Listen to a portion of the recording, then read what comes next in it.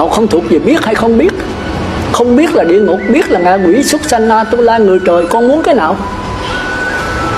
Đúng, thế đó không cái nào là Phật hết. Mà nếu mà không biết thì thuộc địa ngục, mà biết mà cải sửa thì địa ngục, ngạ quỷ, súc sanh, A-tu-la.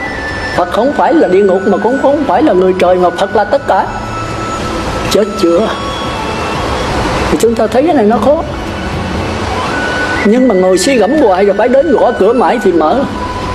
Nhưng mà gõ cửa mãi coi chừng mở là mở cái hiểu biết đó, giải ngộ, chứ chưa phải là chứng ngộ nhá. Cũng như tôi bây giờ là giải ngộ thôi. Nếu có ngộ thật đó, thì cũng là giải ngộ, chứ chưa có sống được với nó đâu. Còn phải cần cù lao khổ, còn phải sống có thầy sáng bạn lành trong một cái môi trường đầy đủ tiện nghi. Tiện nghi là không phải là ăn nhiều nha, không phải là sung sướng nha, mà cũng không phải là khổ hạnh nha. Nó khó vậy đó. Tiện nghi tức là phải giữ giới cho kỹ, cho đúng, để cái thức trong sáng. Mà thức